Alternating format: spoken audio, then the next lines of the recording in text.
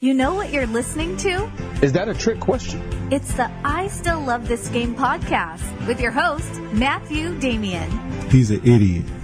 Don't listen to this. He's an idiot. Hello and welcome to episode 41 of the I Still Love This Game podcast. I said in the previous episode that I wouldn't be doing a show today, but I recently finished reading Ray Allen's book titled From the Outside, and I've spoken to a few people about it and they've all asked me my opinion of it.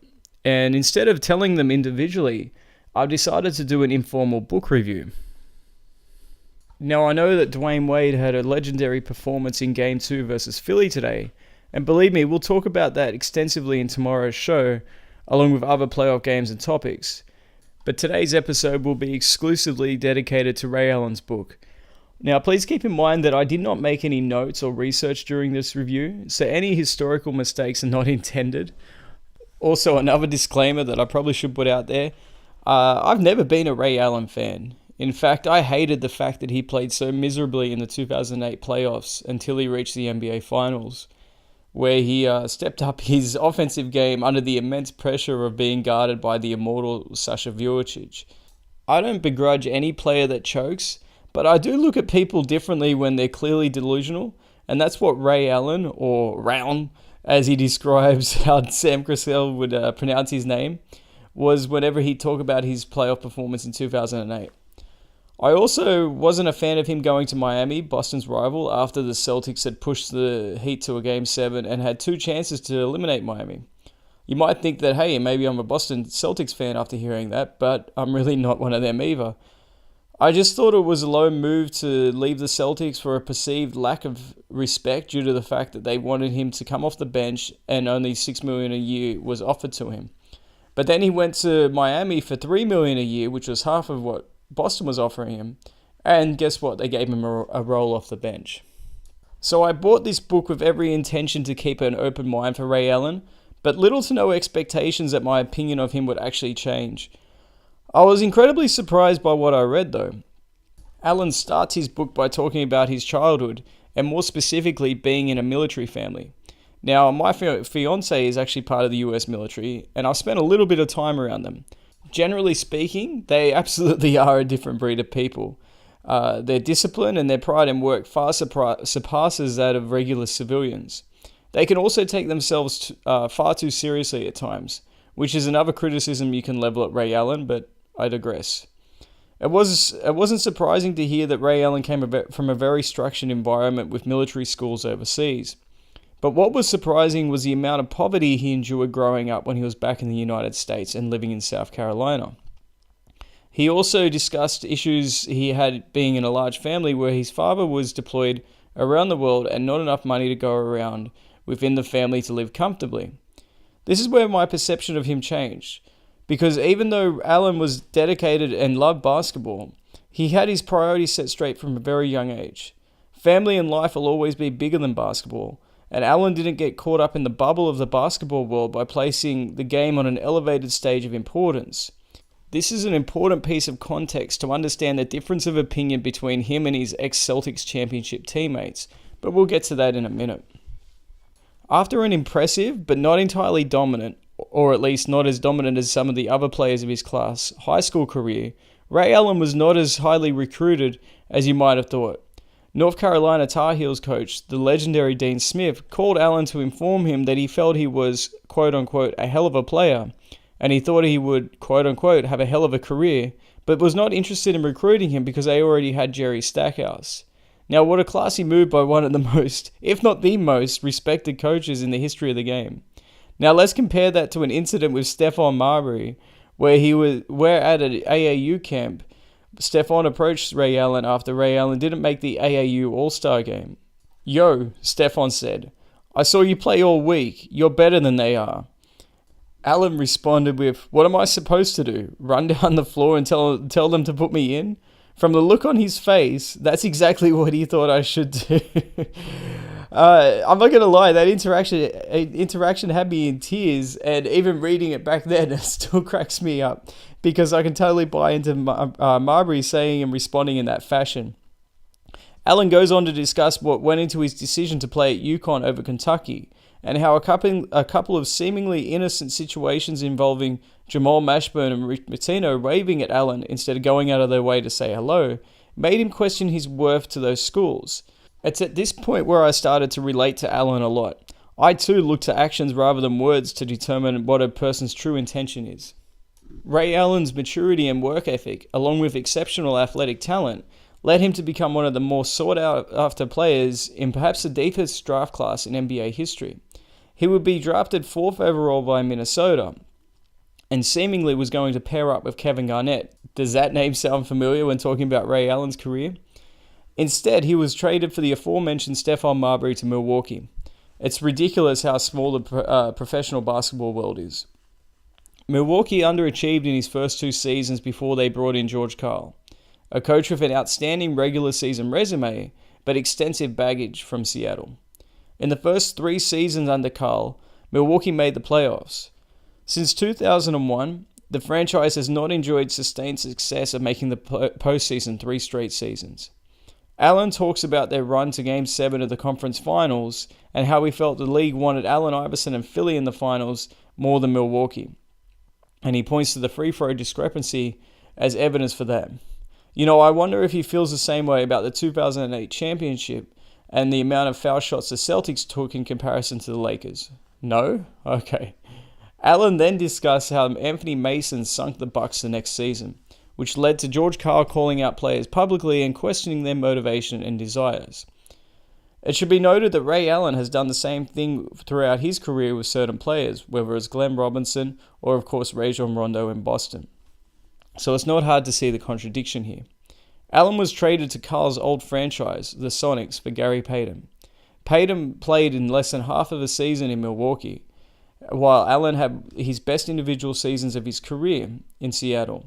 So it's hard to describe that deal as anything but one of the most lopsided deals that included 2 All-Stars in NBA history. The success in Seattle was short-lived, as Allen was traded for Jeff Green on draft night in 2007 to Boston. Shortly following that trade, Garnett was also traded to Boston. It's an interesting circle because just prior to the 96 draft, Red Auerbach told Allen that if he was available at number 6, Boston would take him. Instead, it was Milwaukee that snapped him up despite a less than professional workout in which he had to play the current Bucks coach, current at the time, Chris Ford. This is where things became interesting. Boston essentially unloaded their entire roster to get Garnett, insisting on only keeping Rondo and Kendrick Perkins. The team's nucleus was centered around Pierce, Allen, and Garnett. Garnett instantly galvanized that team with his intense personality, and he and Allen clashed as Allen seems to be a lot more passive and has a wait-and-see approach when it comes to judging people. It's also interesting to see the differences in personality and perspectives when comparing Garnett and Allen, both of whom had similar upbringings in terms of poverty and dealing with racism, but Allen having a much clearer perspective about what was important in his life, and Garnett being consumed by the game of basketball. None of this really mattered in 2008 as the Celtics won 67 games and then survived one of the least inspiring playoff runs to the championship that I can recall. But the internal bickering began to sink the Celtics. Rondo, who to this day is considered one of the more polarizing players in the NBA, became uncoachable by the veterans or the coaching staff as he ascended into the elite of the NBA during the 2010 finals run. And when he clashed with Allen, the other veterans would side with Rondo. Allen found himself as an outcast, and in 2012 saw a severe reduction in minutes played. It should be noted that despite Rondo being an elite player, he was a head case, and most criticism of him semi-sabotaging plays by over-dribbling or passing out of sure layups to boost assist numbers have validity to them. Shortly after the 2012 elimination by Miami, the Celtics signed Jason Terry but seemed hesitant to re-sign Ray Allen and lowballed him in what was likely a strategy to appease Rondo. Memphis, Minnesota, the Clippers, and Miami all showed interest in signing Ray Allen, but Allen went with Miami as it felt he gave him the best chance to get another ring. Allen did not give Garnett, Pierce, or Doc Rivers a heads up of this decision. Did he have a professional obligation to do so? No. Would it have been a professional courtesy to do so? Sure. But from his perspective, and he doesn't say this in the book, but I'll say it, he didn't owe them anything. He came to work, dealt with the drama of consistent trade rumors and doubts over his future, handled Rondo about as well as anybody in that organization could, and then when it was time to leave, he did. Would I have gone to Miami of all teams if I was him? No. But that was his decision and it was his career. They're not mine. He didn't break any rules. Now, had Boston treated him with respect, offered him market value and not consistently looked to trade him, then I'd say he was in the wrong. But think back to what I said earlier about Ray Allen looking for actions rather than lip service. Respect is a two-way street, and Ray Allen's career is his. It's not Doc Rivers or Kevin Garnett's. Allen surprisingly does not go into great detail about his experience in Miami. He compares the two cultures, the differences in maturity and leadership, which may be somewhat biased considering how he left the Celtics and how the Heat embraced him. But it was interesting. He also gives credit for his shot at the end of Game 6 of the NBA Finals to his family and upbringing, in a roundabout way, of course. He talks about his preparation and routine being responsible for being able to make that shot despite struggling that game to get into a rhythm. And he always gave credit to his parents for instilling that hard work and discipline into him from a young age. Overall, I enjoyed the book. I wasn't a Ray Allen fan prior to reading it, and I still wouldn't call myself one now either. I respect him a lot more though after reading it, and it did change my perspective about the bickering. I know I've harped on about this, but look at the actions and not words since he left to go to Miami. At every opportunity, his ex-Celtics teammates have thrown him under the bus. He attempted to shake Garnett's hand and KG refused to even acknowledge him. It's been an entire decade now since that championship, and they still haven't gotten over it. Here's a question. Would they have been that upset had he been traded mid-season when he was rumored to be going to a variety of teams? Kendrick Perkins was traded mid-season, let's not forget that as well. But anyway, I doubt that they would have been upset had he been traded. It's all lip service.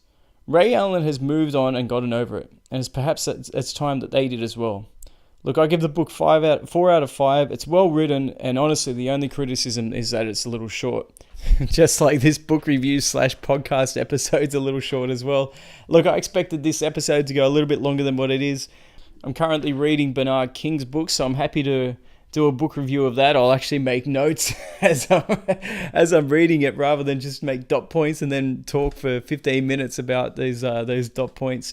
Some big games coming up tomorrow in the playoffs. Let's start off with the Wizards versus Raptors. Look, the Wizards absolutely have to win this game. They don't want to be down 2-0, even though both games have been in Toronto, obviously. But I think the Raptors go for the kill here. Same with the Bucks. The Bucks cannot go down 2-0, even to the Celtics with their limited firepower. But I think the Bucks take care of business, unlike the Wizards. And you can expect some fireworks up in Portland because this is essentially a closeout game, even though it's only the second game of the series. But the road back from 0-2 when losing the first 2 games at home is so long. It's incredibly hard. I don't have the numbers in front of me, but the percentages can't be good. If you lose the first 2 games at home, I'm going to assume that it's probably about 5 teams in NBA history have ever come back from that. So Portland, their backs are against the wall. If they want to get out of this series, they absolutely have to get a split. Whereas New Orleans has to look at this as a golden opportunity to essentially close out the series. Anyway, guys, I hope you enjoyed the book review. Sorry it was a little bit short. As I said, I just had some dot points for certain sections of the book for his career, and I just talked about those. I should have gone more in depth, so I apologize for that. I will make it up for you, I promise. But this is really a bonus episode anyway, so you can't be too upset. I hope you enjoy the games tomorrow. They're going to be some good ones. And I'll have a fresh episode up to cover those games as well as Dwayne Wade's performance in Game 2. Thanks a lot, guys, and take care.